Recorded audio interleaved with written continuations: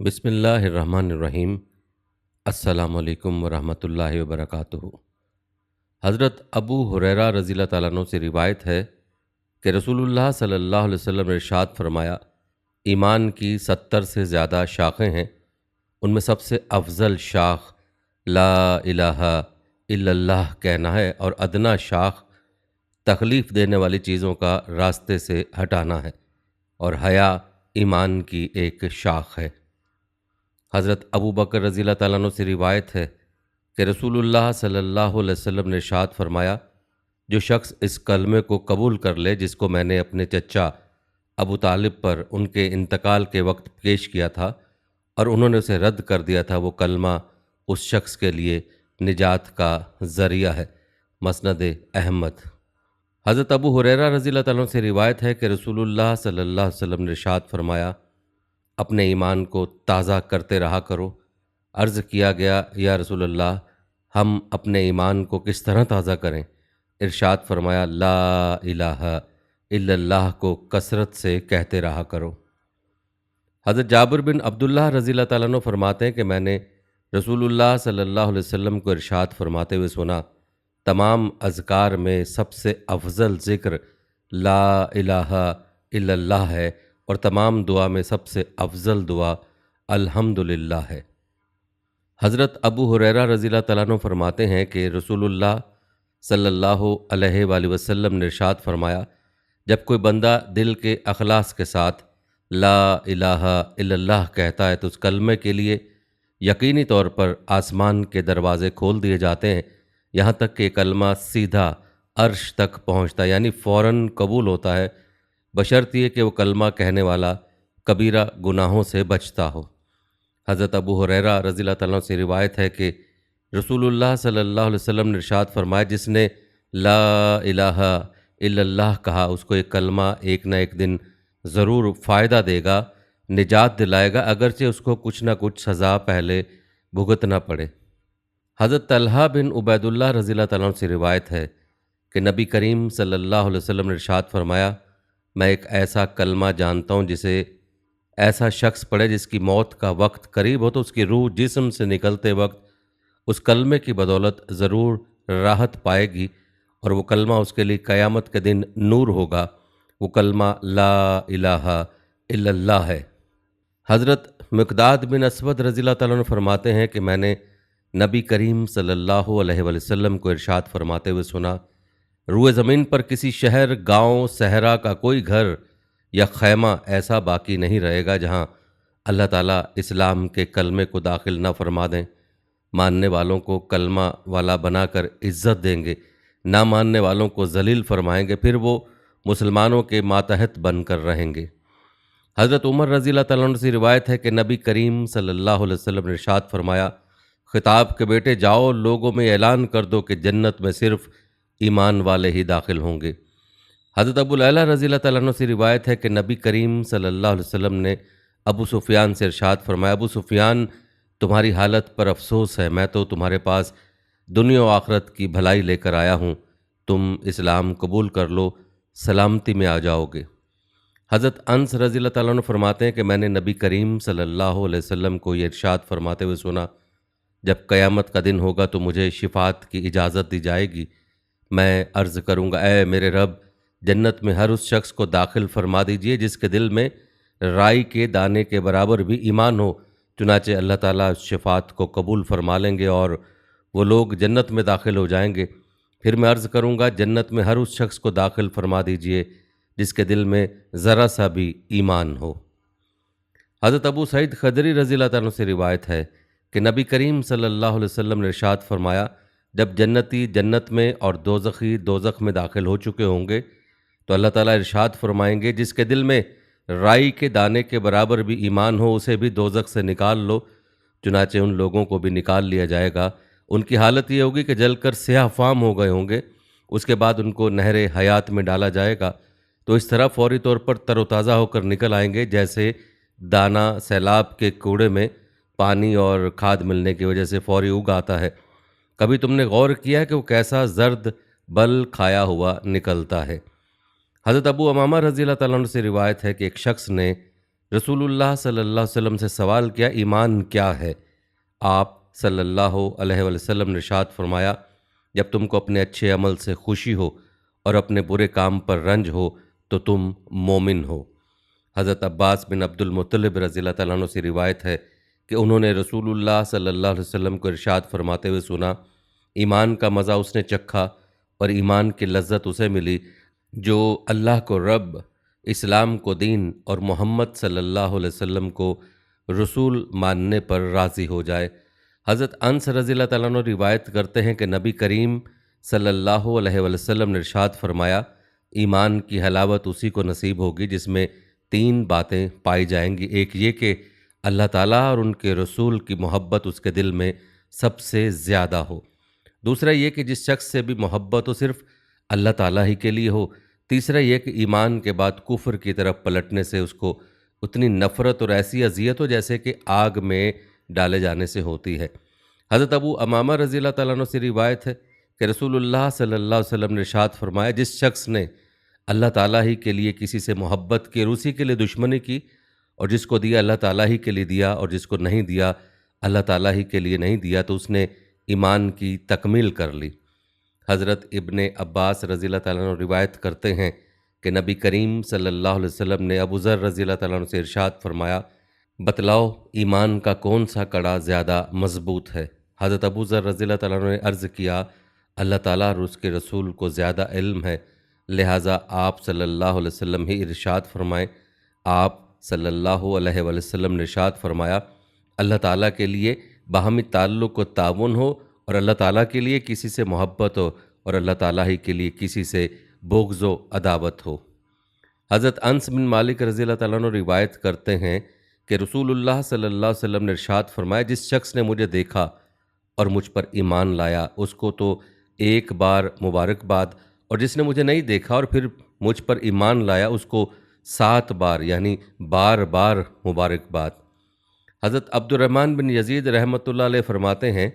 کہ حضرت عبداللہ رضی اللہ تعالیٰ عنہ کے سامنے کچھ لوگوں نے رسول اللہ صلی اللہ علیہ وسلم کے صحابہ اور ان کے ایمان کا تذکرہ چھیڑ دیا۔ اس پر حضرت عبداللہ رضی اللہ تعالیٰ عنہ نے فرمایا، رسول اللہ صلی اللہ علیہ وسلم کی صداقت ہر اس شخص کے سامنے جس نے آپ کو دیکھا تھا بالکل صاف اور واضح تھی۔ اس ذات کی قسم جس کے سوا کوئی معبود نہیں کہ سب سے افضل ایمان اس شخص کا ہے جس کا ایمان بن دیکھے ہو۔ پھر اس کے ثبوت میں انہوں نے الف لام میم ذالک الکتاب لا ریب فیہ سے یؤمنون بالغیب تک پڑھا۔ ترجمہ ہے الف لام میم، یہ کتاب ہے اس میں کوئی شک و شبہ نہیں، متقیوں کے لیے ہدایت ہے جو غیب پر ایمان رکھتے ہیں۔ حضرت انس بن مالک رضی اللہ تعالیٰ عنہ بیان کرتے ہیں کہ رسول اللہ صلی اللہ علیہ وسلم نے ارشاد فرمایا، مجھے تمنا ہے کہ میں اپنے بھائیوں سے ملتا۔ صحابہ رضی اللہ تعالیٰ عنہ نے عرض کیا، کیا ہم آپ کے بھائی نہیں ہیں؟ آپ صلی اللہ علیہ وسلم نے فرمایا، تم میرے ساتھی ہو، میرے بھائی وہ ہیں جو مجھے دیکھے بغیر مجھ پر ایمان لائیں گے۔ حضرت ابو موسیٰ رضی اللہ تعالیٰ عنہ سے روایت ہے کہ رسول اللہ صلی اللہ علیہ وسلم نے ارشاد فرمایا، 3 شخص ایسے ہیں جن کے لیے دوہرا ثواب ہے۔ ایک وہ شخص جو اہل کتاب میں سے ہو یعنی یہودی ہو یا عیسائی، اپنے نبی پر ایمان لائے، پھر محمد صلی اللہ علیہ وسلم پر بھی ایمان لائے۔ دوسرا وہ غلام جو اللہ کے حقوق بھی ادا کرے اور اپنے آقاؤں کے حقوق بھی ادا کرے۔ تیسرا وہ شخص جس کی کوئی باندی ہو اور اس نے اس کی خوب اچھی تربیت کی ہو اور اسے خوب اچھی تعلیم دی ہو، پھر اسے آزاد کر کے اس سے شادی کر لیا تو اس کے لیے دوہرا اجر ہے۔ حضرت اوسط رحمۃ اللہ علیہ فرماتے ہیں کہ حضرت ابو بکر رضی اللہ تعالیٰ عنہ نے ہمارے سامنے بیان کرتے فرمائے، 1 سال پہلے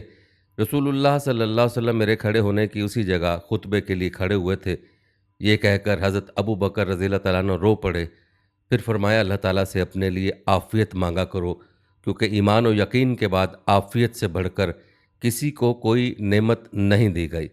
حضرت عبداللہ بن عمرو بن عاص رضی اللہ تعالیٰ عنہ سے روایت ہے کہ نبی کریم صلی اللہ علیہ وسلم نے ارشاد فرمایا، اس امت کی اصلاح کی ابتدا یقین اور دنیا سے بے رغبتی کی وجہ سے ہوئی، اور اس کی بربادی کی ابتدا بخل اور لمبی امیدوں کی وجہ سے ہوگی۔ حضرت عمر بن خطاب رضی اللہ تعالیٰ عنہ سے روایت ہے کہ رسول اللہ صلی اللہ علیہ وسلم نے ارشاد فرمایا، اگر تم اللہ تعالیٰ پر اس طرح توکل کرنے لگو جیسا کہ توکل کا حق ہے، تو تمہیں اس طرح روزی دی جائے گی جس طرح پرندوں کو روزی دی جاتی ہے۔ وہ صبح خالی پیٹ نکلتے ہیں اور شام بھرے پیٹ واپس آتے ہیں۔ حضرت معاذ رضی اللہ تعالیٰ عنہ سے روایت ہے کہ نبی کریم صلی اللہ علیہ وسلم سے دریافت کیا گیا کہ اعمال میں کون سا عمل سب سے افضل ہے؟ آپ صلی اللہ علیہ وسلم نے ارشاد فرمایا، اعمال میں سب سے افضل عمل اللہ تعالیٰ پر ایمان لانا جو اکیلے ہیں، پھر جہاد کرنا، پھر مقبول حج۔ ان اعمال اور باقی اعمال کی فضیلت کا اتنا فرق ہے جتنا کہ مشرق و مغرب کے درمیان فاصلے کا فرق ہے۔ حضرت ابو امامہ رضی اللہ تعالیٰ عنہ فرماتے ہیں کہ رسول اللہ صلی اللہ علیہ وسلم کے صحابہ نے ایک دن آپ صلی اللہ علیہ وسلم کے سامنے دنیا کا ذکر کیا تو رسول اللہ صلی اللہ علیہ وسلم نے ارشاد فرمایا، غور سے سنو، دھیان دو، یقیناً سادگی ایمان کا حصہ ہے، یقیناً سادگی ایمان کا حصہ ہے۔ حضرت عمر بن ابسہ رضی اللہ تعالیٰ عنہ سے روایت ہے کہ انہوں نے رسول اللہ صلی اللہ علیہ وسلم سے دریافت کیا کہ کون سا عمل افضل ہے؟ ارشاد فرمایا، وہ ایمان جس کے ساتھ ہجرت ہو۔ انہوں نے دریافت کیا ہجرت کیا؟ ارشاد فرمایا، ہجرت یہ ہے کہ تم برائی کو چھوڑ دو۔ حضرت سفیان بن عبداللہ ثقفی رضی اللہ تعالیٰ عنہ فرماتے ہیں کہ میں نے عرض کیا، یا رسول اللہ صلی اللہ علیہ وآلہ وسلم، مجھے اسلام کی کوئی ایسی جامع بات بتا دیجئے کہ آپ کے بتانے کے بعد پھر سلسلے میں مجھے کسی دوسرے سے پوچھنے کی ضرورت باقی نہ رہے۔ آپ صلی اللہ علیہ وسلم نے ارشاد فرمایا، تم یہ کہو کہ میں اللہ تعالیٰ پر ایمان لایا، پھر اس بات پر قائم رہو۔ حضرت عبداللہ بن عمر بن عاص رضی اللہ تعالیٰ عنہ سے روایت ہے کہ رسول اللہ صلی اللہ علیہ وسلم نے ارشاد فرمایا، ایمان تمہارے دلوں میں اسی طرح پرانا اور کمزور ہو جاتا ہے جس طرح کپڑا پرانا ہو جاتا ہے، لہٰذا اللہ تعالیٰ سے دعا کیا کرو کہ وہ تمہارے دلوں میں ایمان کو تازہ رکھے۔ حضرت ابو ہریرہ رضی اللہ تعالیٰ عنہ سے روایت ہے کہ رسول اللہ صلی اللہ علیہ وسلم نے ارشاد فرمایا، اللہ تعالیٰ نے میری امت کے ان وسوسوں کو معاف فرما دیا جو ایمان اور یقین کے خلاف یا گناہ کے بارے میں ان کے دل میں بغیر اختیار کے آئیں، جب تک کہ ان وسوسوں کے مطابق عمل نہ کر لیں یا ان کو زبان پر نہ لائیں۔ حضرت ابو ہریرہ رضی اللہ تعالیٰ عنہ فرماتے ہیں، چند صحابہ رضی اللہ تعالیٰ عنہ نبی کریم صلی اللہ علیہ وسلم کی خدمت میں حاضر ہوئے، عرض کیا، ہمارے دلوں میں بعض ایسے خیالات آتے ہیں کہ ان کو زبان پر لانا ہم بہت برا سمجھتے ہیں۔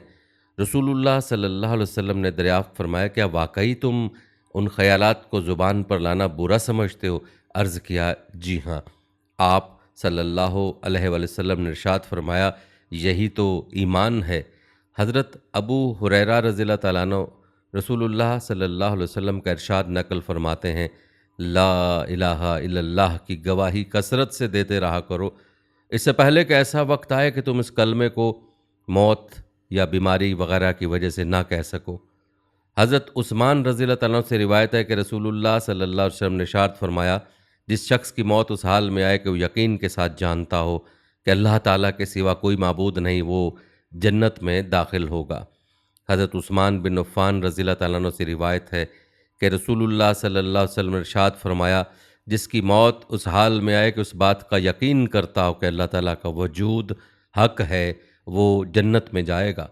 حضرت علی رضی اللہ تعالیٰ عنہ سے روایت ہے کہ نبی کریم صلی اللہ علیہ وسلم حدیث قدسی میں اپنے رب کا ارشاد مبارک نقل فرماتے ہیں، میں ہی اللہ ہوں، میرے سوا کوئی معبود نہیں، جس نے میری توحید کا اقرار کیا وہ میرے قلعے میں داخل ہوا، اور جو میرے قلعے میں داخل ہوا وہ میرے عذاب سے محفوظ ہوا۔ حضرت عتبان بن مالک رضی اللہ تعالیٰ سے روایت ہے کہ نبی کریم صلی اللہ علیہ وسلم نے ارشاد فرمایا، ایسا نہیں ہو سکتا کہ کوئی شخص اس بات کی گواہی دے کہ اللہ تعالیٰ کے سوا کوئی معبود نہیں اور میں محمد صلی اللہ علیہ وسلم اللہ تعالیٰ کا رسول ہوں، پھر وہ جہنم میں داخل ہو یا دوزخ کی آگ اس کو کھائے۔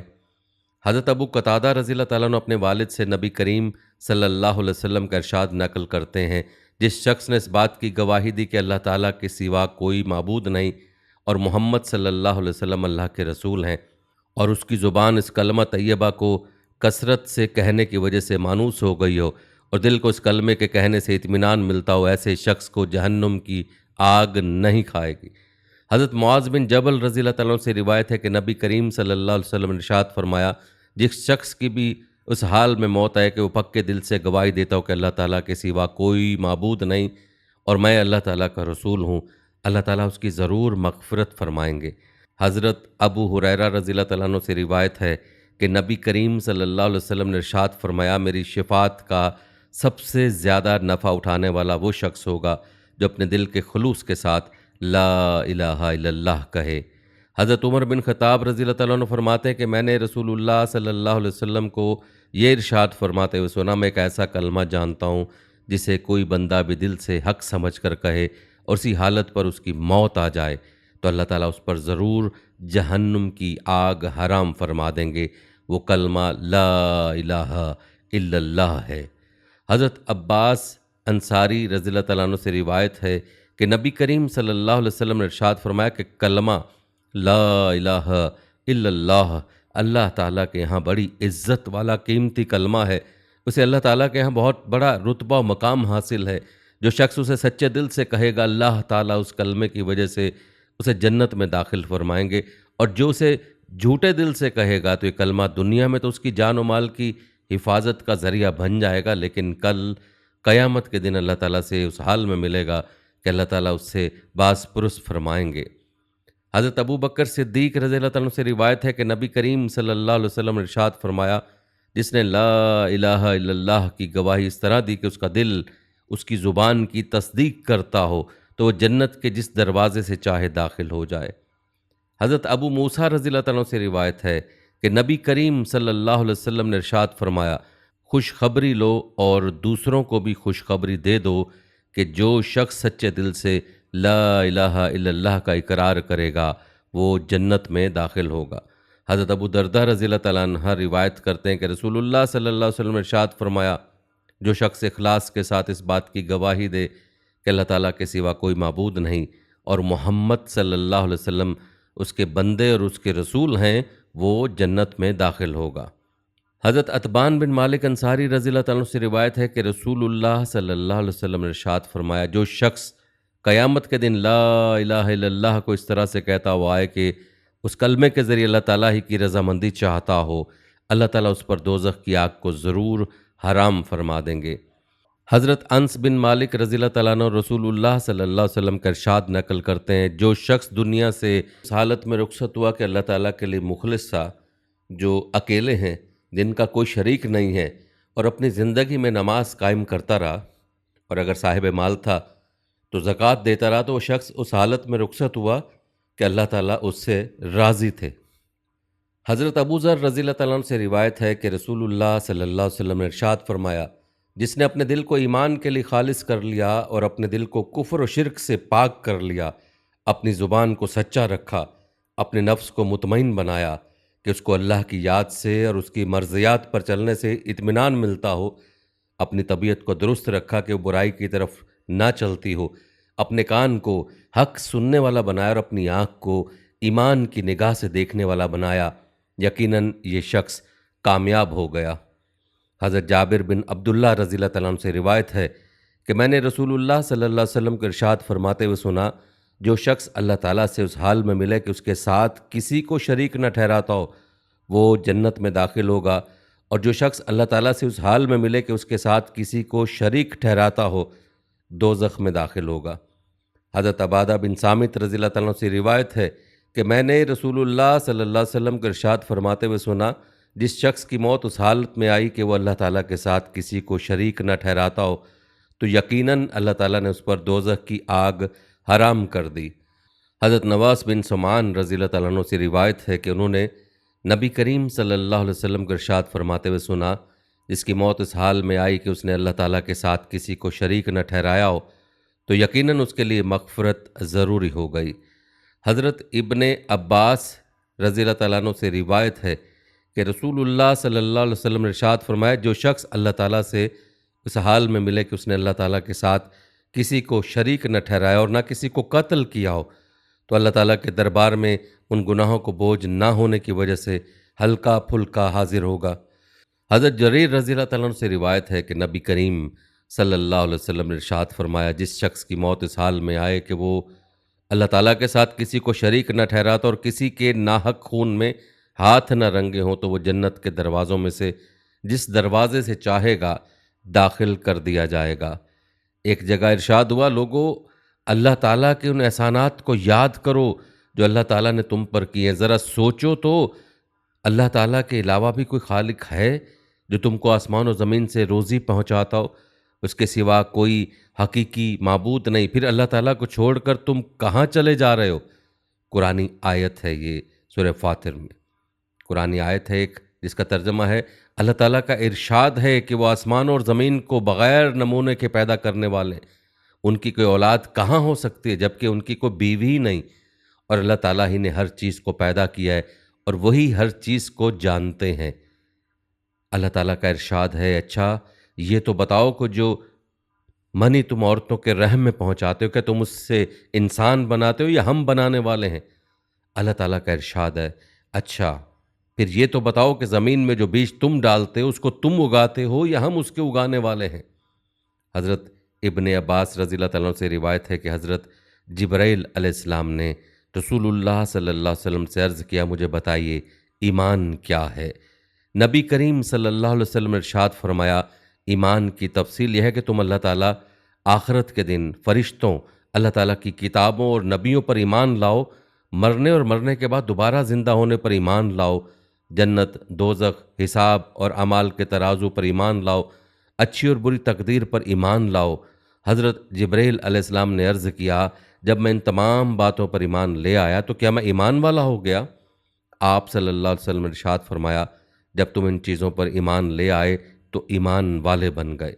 حضرت ابو ہریرہ رضی اللہ عنہ سے روایت ہے کہ نبی کریم صلی اللہ علیہ وسلم نے ارشاد فرمایا،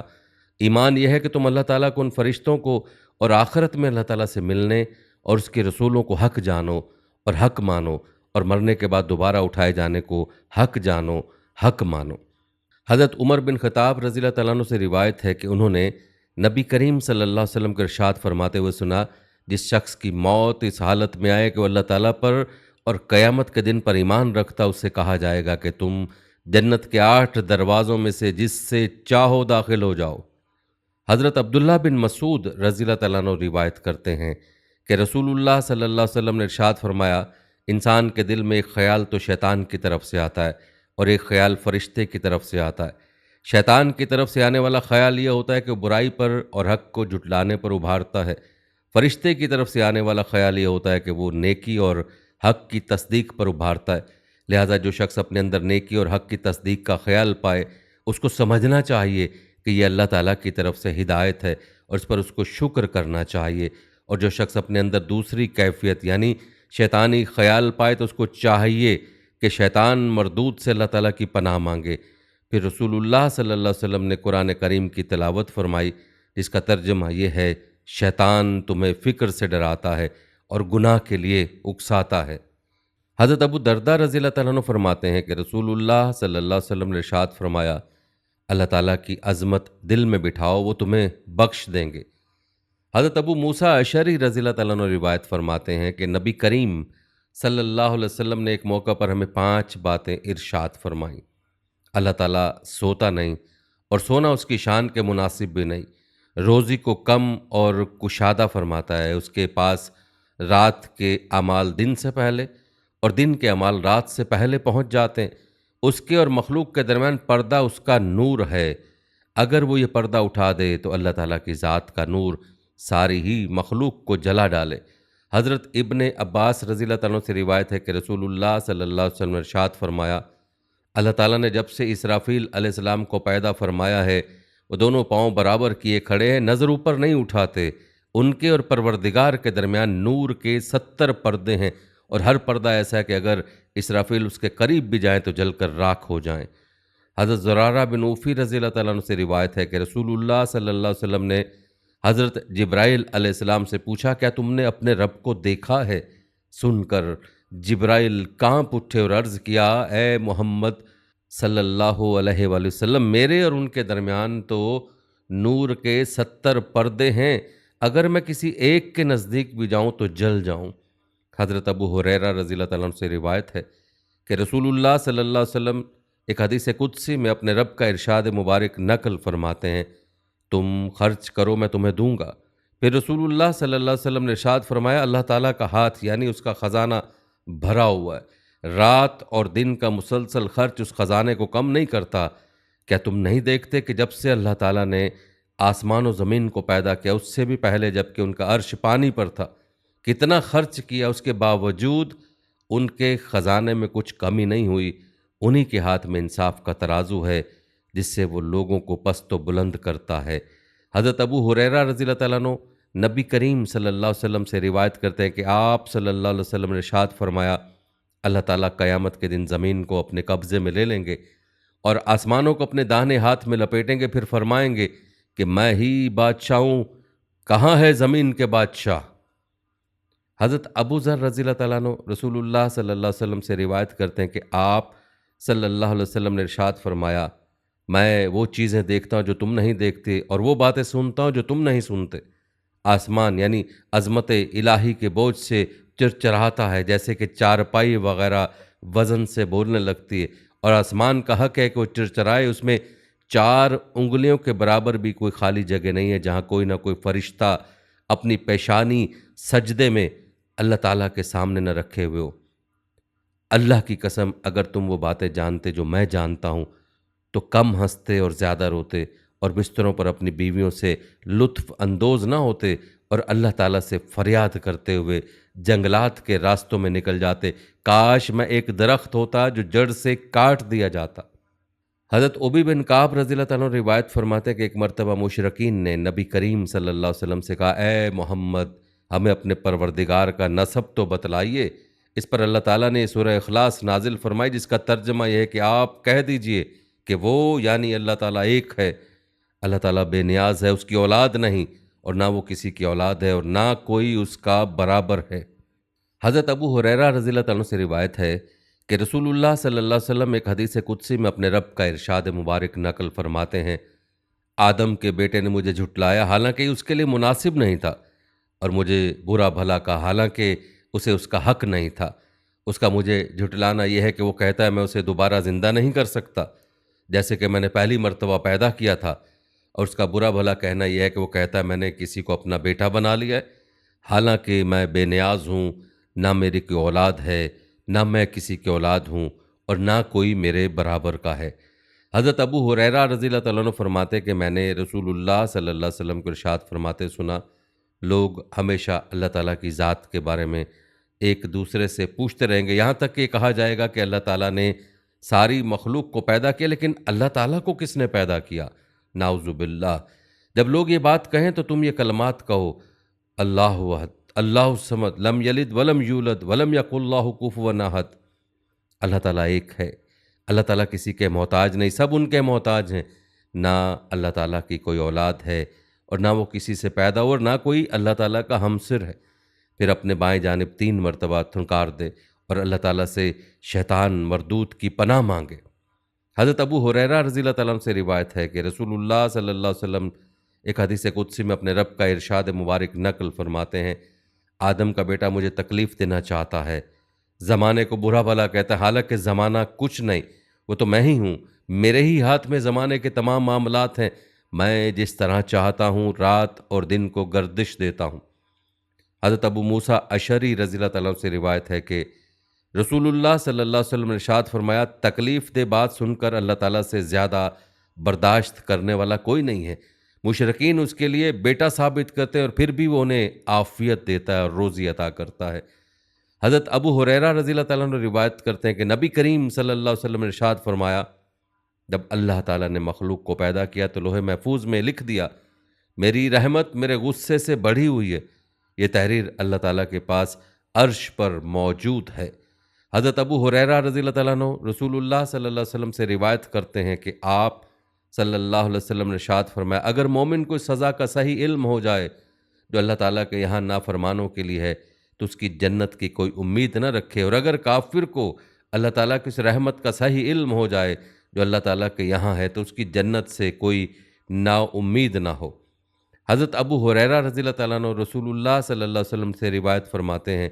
کہ اللہ تعالیٰ کے یہاں 100 رحمتیں ہیں، اس نے ان میں سے ایک رحمت جن و انس، جانوروں اور کیڑے مکوڑوں کے درمیان اتاری ہے، اسی ایک حصے کی وجہ سے وہ ایک دوسرے پر نرمی اور رحم کرتے ہیں، اسی کی وجہ سے وحشی جانور اپنے بچے پر شفقت کرتا ہے، اور اللہ تعالیٰ نے 99 رحمتوں کو قیامت کے دن کے لیے رکھا ہے کہ ان کے ذریعے اپنے بندوں پر رحم فرمائیں گے۔ ایک روایت میں یہ ہے کہ جب قیامت کا دن ہوگا تو اللہ تعالیٰ اپنی ان 99 رحمتوں کو اس دنیاوی رحمت کے ساتھ ملا کر مکمل فرمائیں گے، پھر 100 کی رحمتوں کے ذریعے اپنے بندوں پر رحم فرمائیں گے۔ حضرت عمر بن خطاب رضی اللہ تعالیٰ عنہ روایت فرماتے ہیں کہ رسول اللہ صلی اللہ علیہ وسلم کے پاس کچھ قیدی لائے گئے۔ ان میں سے ایک عورت پر نظر پڑی جو اپنا بچہ تلاش کرتی پھر رہی تھی۔ جو اسے بچہ ملا تو اس نے اسے اٹھا کر اپنے پیٹ سے لگایا اور دودھ پلایا۔ نبی کریم صلی اللہ علیہ وسلم نے ہم سے مخاطب ہو کر فرمایا، تمہارا کیا خیال ہے، یہ عورت اپنے بچے کو آگ میں ڈال سکتی ہے؟ ہم نے عرض کیا، اللہ کی قسم نہیں، خصوصاً جب کہ اس بچے کو آگ میں نہ ڈالنے کی قدرت بھی ہو، کوئی مجبوری نہیں۔ اس پر آپ صلی اللہ علیہ وسلم نے ارشاد فرمایا، یہ عورت اپنے بچے پر جتنا رحم و پیار کرتی ہے، اللہ تعالیٰ اپنے بندوں پر اس سے کہیں زیادہ رحم و پیار کرتے ہیں۔ حضرت ابو ہریرہ رضی اللہ تعالیٰ عنہ فرماتے ہیں کہ ایک مرتبہ رسول اللہ صلی اللہ علیہ وسلم نماز کے لیے کھڑے ہوئے، ہم بھی آپ صلی اللہ علیہ وسلم کے ساتھ کھڑے ہو گئے۔ ایک دیہات کے رہنے والے نو مسلم نے نماز ہی میں کہا، اللہ صرف مجھ پر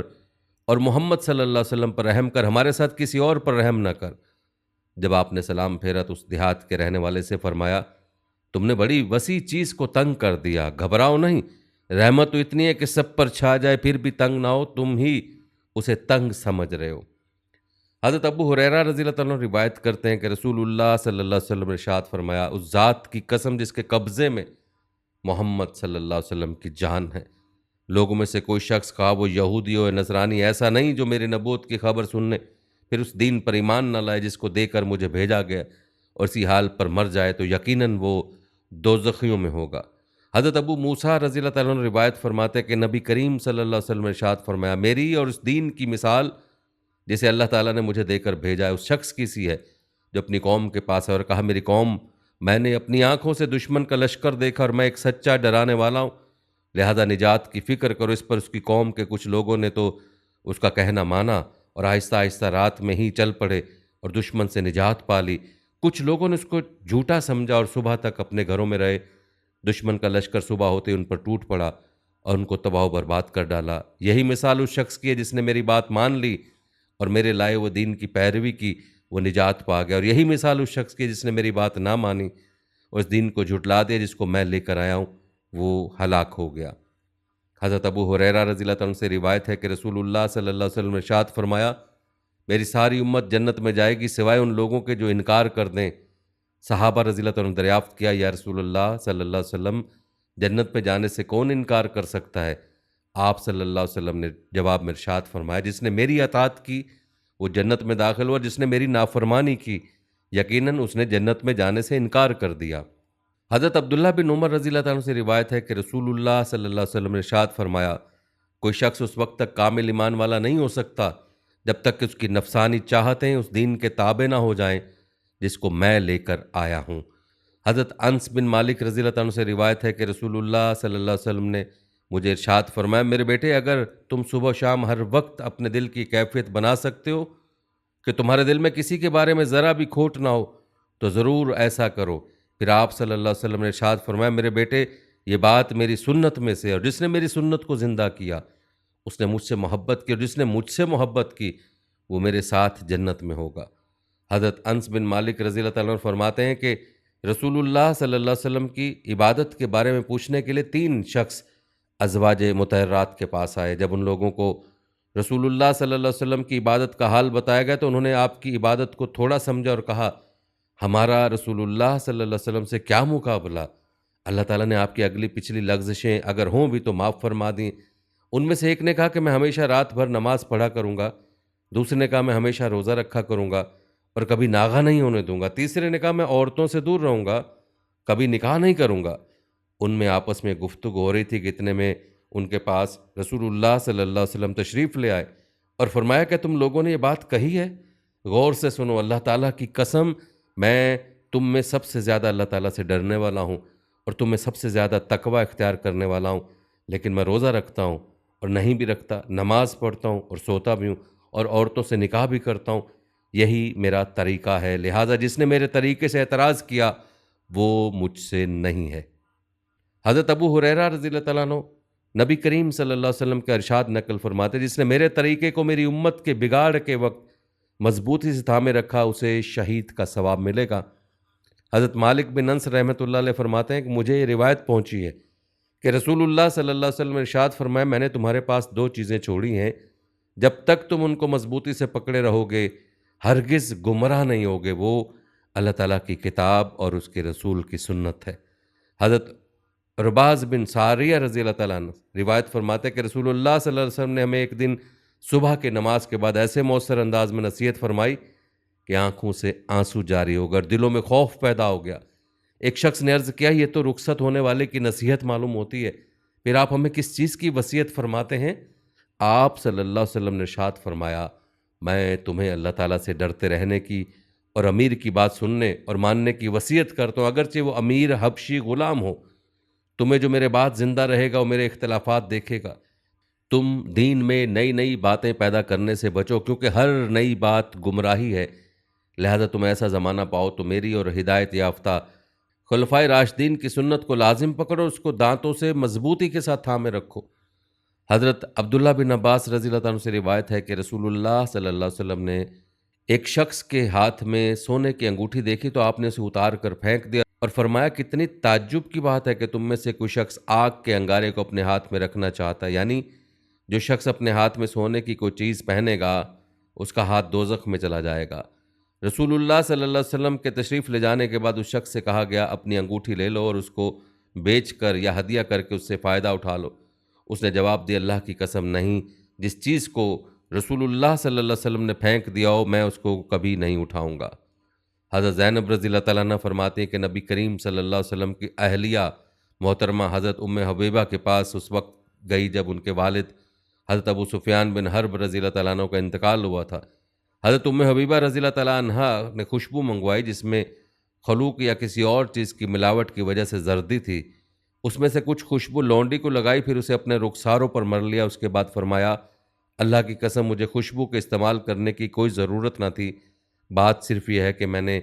رسول اللہ صلی اللہ علیہ وسلم سے سنا ہے کہ جو عورت اللہ تعالیٰ اور آخرت کے دن پر ایمان رکھتی ہو اس کے لیے جائز نہیں کہ وہ 3 دن سے زیادہ کسی کا سوگ منائے سوائے شوہر کے، کہ اس کا سوگ 4 مہینے 10 دن ہے۔ حضرت انس بن مالک رضی اللہ عنہ سے روایت ہے کہ ایک شخص نے نبی کریم صلی اللہ علیہ وسلم سے پوچھا، قیامت کب آئے گی؟ آپ نے ارشاد فرمایا، قیامت کے لیے تم نے کیا تیار کر رکھا ہے؟ اس نے عرض کیا، میں نے قیامت کے لیے نہ تو زیادہ نفلی نمازیں، نہ زیادہ نفلی روزے تیار کیے ہیں اور نہ زیادہ صدقہ۔ ہاں ایک بات ہے کہ اللہ تعالیٰ اور اس کے رسول سے محبت رکھتا ہوں۔ آپ صلی اللہ علیہ وسلم نے ارشاد فرمایا، تو پھر قیامت میں تم انہی کے ساتھ ہوگے جن سے تم نے دنیا میں محبت رکھی۔ حضرت ابو ہریرہ رضی اللہ تعالیٰ عنہ سے روایت ہے کہ رسول اللہ صلی اللہ علیہ وسلم نے ارشاد فرمایا، میری امت میں مجھ سے زیادہ محبت رکھنے والے لوگوں میں سے وہ بھی ہیں جو میرے بعد آئیں گے، ان کی آرزو ہوگی کہ کاش وہ اپنا گھر بار اور مال سب قربان کر کے کسی طرح مجھ کو دیکھ لیتے۔ حضرت عرباز بن ساریہ رضی اللہ تعالیٰ عنہ روایت فرماتے کہ میں نے رسول اللہ صلی اللہ علیہ وسلم کو ارشاد فرماتے ہوئے سنا، بلا شبہ میں اللہ تعالیٰ کا بندہ اور آخری نبی ہوں۔ حضرت ابو ہریرہ رضی اللہ تعالیٰ عنہ رسول اللہ صلی اللہ علیہ وسلم کا ارشاد نقل فرماتے ہیں کہ میری اور مجھ سے پہلے انبیاء علیہ السلام کی مثال ایسی ہے جیسے ایک شخص نے گھر بنایا، اس میں ہر طرح کا حسن اور خوبصورتی پیدا کی، لیکن گھر کے کسی کونے میں ایک اینٹ کی جگہ چھوڑ دیو۔ اب لوگ مکان کے چاروں طرف گھومتے مکان کی خوشنمائی کو پسند کرتے ہیں، لیکن یہ بھی کہتے جاتے کہ یہاں پر ایک اینٹ کیوں نہ رکھی گئی، تو میں ہی وہ اینٹ ہوں اور میں آخری نبی ہوں۔ حضرت ابو درداء رضی اللہ تعالیٰ عنہ سے روایت ہے کہ نبی کریم صلی اللہ علیہ وسلم نے ارشاد فرمایا، ہر چیز کی ایک حقیقت ہے، کوئی بندہ اس وقت تک ایمان کی حقیقت نہیں پہنچ سکتا جب تک کہ اس کا پختہ یقین یہ نہ ہو کہ جو حالات اس کو پیش آئے ہیں وہ آنے ہی تھے اور جو حالات اس پر نہیں آئے وہ آ ہی نہیں سکتے تھے۔ حضرت عبد الرحمن بن عمرو بن عاص رضی اللہ تعالیٰ عنہ فرماتے ہیں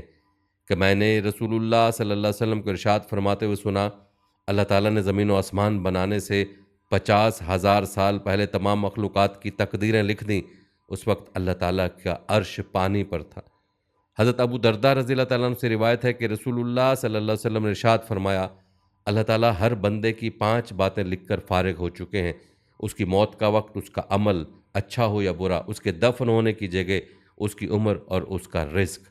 حضرت عبداللہ بن عمر بن عاص رضی اللہ تعالیٰ عنہ سے روایت ہے کہ نبی کریم صلی اللہ علیہ وسلم نے ارشاد فرمایا، کوئی شخص اس وقت تک مومن نہیں ہو سکتا جب تک کہ ہر اچھی بری تقدیر پر کہ وہ اللہ کی طرف سے ہے ایمان نہ رکھے۔ حضرت علی رضی اللہ تعالیٰ عنہ سے روایت ہے کہ رسول اللہ صلی اللہ علیہ وسلم نے ارشاد فرمایا، کوئی بندہ مومن نہیں ہو سکتا جب تک کہ 4 چیزوں پر ایمان نہ لے آئے، اس بات کی گواہی دے کہ اللہ تعالیٰ کے سوا کوئی ذات عبادت و بندگی کے لائق نہیں، اور میں محمد صلی اللہ علیہ وسلم اللہ تعالیٰ کا رسول ہوں، انہوں نے مجھے حق دے کر بھیجا ہے۔ مرنے پر ایمان لائے، مرنے کے بعد دوبارہ اٹھائے جانے پر ایمان لائے، تقدیر پر ایمان لائے۔ حضرت انس رضی اللہ تعالیٰ عنہ روایت کرتے ہیں کہ رسول اللہ صلی اللہ علیہ وسلم نے ارشاد فرمایا، جتنی آزمائش سخت ہوتی ہے اس کا بدلہ بھی اتنا ہی بڑا ملتا ہے، اور اللہ تعالیٰ جب کسی قوم سے محبت کرتے ہیں تو ان کو آزمائش میں ڈالتے ہیں، پھر جو اس آزمائش پر راضی رہا اللہ تعالیٰ اس سے راضی ہو جاتے ہیں، اور جو ناراض ہوا اللہ تعالیٰ بھی اس سے ناراض ہو جاتے ہیں۔ حضرت عائشہ رضی اللہ تعالیٰ عنہا جو کہ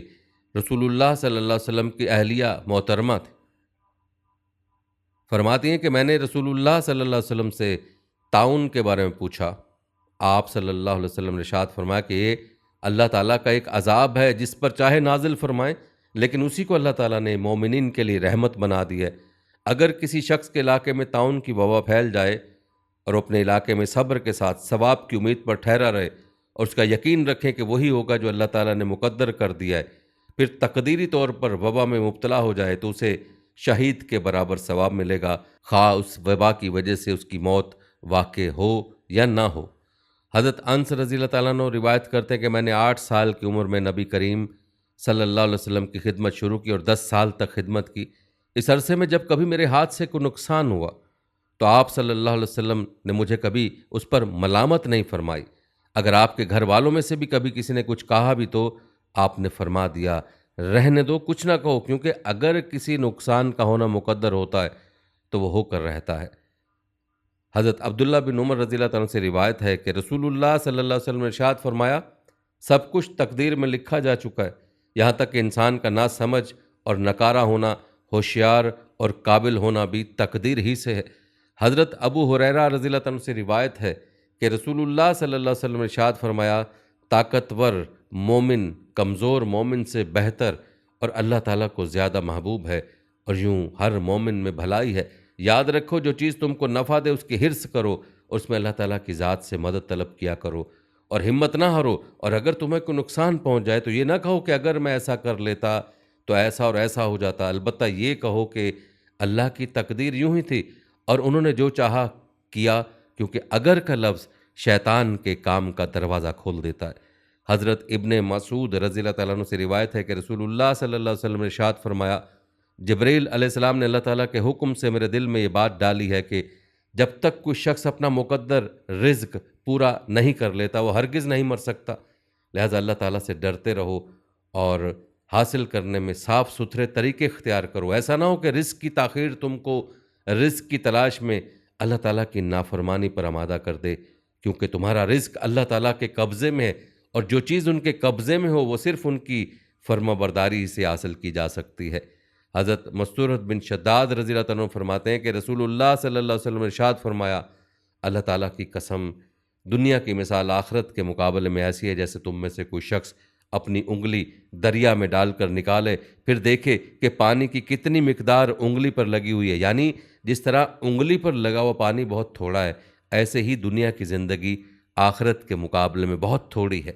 حضرت شداد بن اوس رضی اللہ عنہ سے روایت ہے کہ نبی کریم صلی اللہ علیہ وسلم نے ارشاد فرمایا، سمجھدار آدمی وہ ہے جو اپنے نفس کا محاسبہ کرتا رہے اور موت کے بعد کے لیے عمل کرے، اور ناسمجھ آدمی وہ ہے جو نفس کی خواہشوں پر چلے اور اللہ تعالیٰ سے امیدیں رکھے کہ اللہ تعالیٰ بڑے معاف فرمانے والے ہیں۔ حضرت عبداللہ بن عمر رضی اللہ عنہ روایت کرتے ہیں کہ میں 10 آدمیوں کی ایک جماعت کے ساتھ حاضر ہوا، انصار میں سے ایک صاحب نے کھڑے ہو کر عرض کیا، اللہ کے نبی، لوگوں میں سب سے زیادہ سمجھدار اور محتاط آدمی کون ہے؟ رسول اللہ صلی اللہ علیہ وسلم نے ارشاد فرمایا، جو شخص سب سے زیادہ موت کو یاد کرنے والا ہو اور موت کے آنے سے پہلے سب سے زیادہ موت کی تیاری کرنے والا ہو۔ جو لوگ ایسا کریں وہی سمجھدار ہیں، یہی لوگ ہیں جنہوں نے دنیا کی شرافت اور آخرت کی عزت حاصل کر لی۔ حضرت محبوب بن لبید رضی اللہ تعالیٰ عنہ نبی کریم صلی اللہ علیہ وسلم کا ارشاد نقل فرماتے ہیں کہ 2 چیزیں ایسی ہیں جن کو آدمی پسند نہیں کرتا۔ پہلی چیز موت ہے، حالانکہ موت اس کے لیے فتنے سے بہتر ہے، یعنی مرنے کی وجہ سے آدمی دین کو نقصان پہنچانے والے فتنوں سے محفوظ ہو جاتا ہے۔ اور دوسری چیز مال کا کم ہونا، جس کو آدمی پسند نہیں کرتا، حالانکہ مال کی کمی آخرت کے حساب کو بہت کم کرنے والی ہے۔ حضرت ابو سلمہ رضی اللہ تعالیٰ عنہ فرماتے ہیں کہ میں نے رسول اللہ صلی اللہ علیہ وسلم کو ارشاد فرماتے ہوئے سنا، جو شخص اللہ تعالیٰ سے اس حال میں ملے کہ اس بات کی گواہی دیتا ہو کہ اللہ تعالیٰ کے سوا کوئی عبادت کے لائق نہیں اور حضرت محمد صلی اللہ علیہ وسلم اللہ تعالیٰ کے رسول ہیں، اور اس حال میں ملے کہ مرنے کے بعد دوبارہ اٹھائے جانے اور حساب و کتاب پر ایمان لایا، وہ جنت میں داخل ہوگا۔ حضرت ام دردہ رضی اللہ تعالیٰ عنہ فرماتی ہیں کہ میں نے ابو دردہ سے عرض کیا کہ آپ اور لوگوں کی طرح اپنے مہمانوں کی مہمان نوازی کرنے کے لیے مال کیوں نہیں کماتے؟ انہوں نے فرمایا کہ میں نے رسول اللہ صلی اللہ علیہ وسلم کو ارشاد فرماتے ہوئے سنا ہے کہ تمہارے سامنے ایک مشکل گھاٹی ہے، اس پر زیادہ بوجھ والے آسانی سے نہ گزر سکیں گے، اس لیے میں چاہتا ہوں کہ اس گھاٹی سے گزرنے کے لیے ہلکا پھلکا رہوں۔ حضرت عثمان بن عفان رضی اللہ عنہ سے روایت ہے کہ نبی کریم صلی اللہ علیہ وسلم جب میت کے دفن سے فارغ ہو جاتے تو قبر کے پاس کھڑے ہو جاتے، ارشاد فرماتے کہ اپنے بھائی کے لیے اللہ تعالیٰ سے مغفرت کی دعا کرو اور یہ مانگو کہ اللہ تعالیٰ اس کو سوالات کے جوابات میں ثابت قدم رکھیں، کیونکہ اس وقت اس سے پوچھ گچھ ہو رہی ہے۔ حضرت انس رضی اللہ عنہ سے روایت ہے کہ رسول اللہ صلی اللہ علیہ وسلم نے ارشاد فرمایا، قیامت اس وقت تک نہیں آئے گی جب تک کہ ایسا برا وقت نہ آ جائے کہ دنیا میں اللہ اللہ بالکل نہ کہا جائے۔ ایک اور حدیث میں اس طرح ہے کہ کسی ایسے شخص کے ہوتے ہوئے قیامت نہیں ہوگی جو اللہ اللہ کہتا ہو۔ حضرت عبداللہ رضی اللہ عنہ سے روایت ہے کہ نبی کریم صلی اللہ علیہ وسلم نے ارشاد فرمایا، قیامت بدترین آدمیوں پر قائم ہوگی۔ حضرت ابو سعید رضی اللہ عنہ سے روایت ہے کہ رسول اللہ صلی اللہ علیہ وسلم نے ارشاد فرمایا، میں کیسے خوش اور چین سے رہ سکتا ہوں حالانکہ سور والے فرشتے نے سور کو منہ میں لے لیا ہے، اس نے کان لگا رکھا ہے کہ کب اس کو سور کے پھونک دینے کا حکم ہو اور وہ پھونک دے۔ صحابہ رضی اللہ عنہ اس بات کو بھاری محسوس کیا تو آپ صلی اللہ علیہ وسلم نے ارشاد فرمایا، حسبنا اللہ ونعم الوکیل، اللہ توکلنا کہتے رہا کرو، اللہ تمہارے لیے کافی ہے اور وہ بہترین کام بنانے والے ہیں، اللہ تعالیٰ ہی پر ہم نے بھروسہ کیا۔ حضرت ابو ہریرہ رضی اللہ تعالیٰ عنہ سے روایت ہے کہ رسول اللہ صلی اللہ علیہ وسلم نے ارشاد فرمایا، قیامت کے دن لوگ 3 قسموں میں اٹھائے جائیں گے، پیدل چلنے والے، سوار، منہ کے بل چلنے والے۔ عرض کیا گیا، یا رسول اللہ منہ کے بل کس طرح چل سکیں گے؟ آپ صلی اللہ علیہ وسلم نے ارشاد فرمایا، جب اللہ نے انہیں پاؤں کے بل چلایا ہے، وہ ان کو منہ کے بل چلانے پر بھی یقیناً قدرت رکھتے ہیں۔ اچھی طرح سمجھ لو، یہ لوگ اپنے منہ کے ذریعے زمین کے ہر ٹیلے اور ہر کانٹے سے بچیں گے۔ حضرت عدی بن حاتم رضی اللہ عنہ سے روایت ہے کہ رسول اللہ صلی اللہ علیہ وسلم نے ارشاد فرمایا، قیامت کے دن تم میں سے ہر شخص سے اللہ تعالیٰ اس طرح کلام فرمائیں گے کہ درمیان میں کوئی ترجمان نہیں ہوگا۔ اس وقت بندہ بے بسی سے ادھر ادھر دیکھے گا، جب اپنی داہنی جانب دیکھے گا تو اپنے اعمال کے سوا سے کچھ نظر نہ آئے گا، جب اپنی بائیں جانب دیکھے گا تو اپنے اعمال کے سوا کچھ نظر نہ آئے گا، اور جب اپنے سامنے دیکھے گا تو آگ کے علاوہ کچھ نظر نہ آئے گا۔ لہٰذا دوزخ کی آگ سے بچو، اگرچہ خشک کھجور کے ٹکڑے کو صدقہ کرنے کے ذریعے ہی سے ہو۔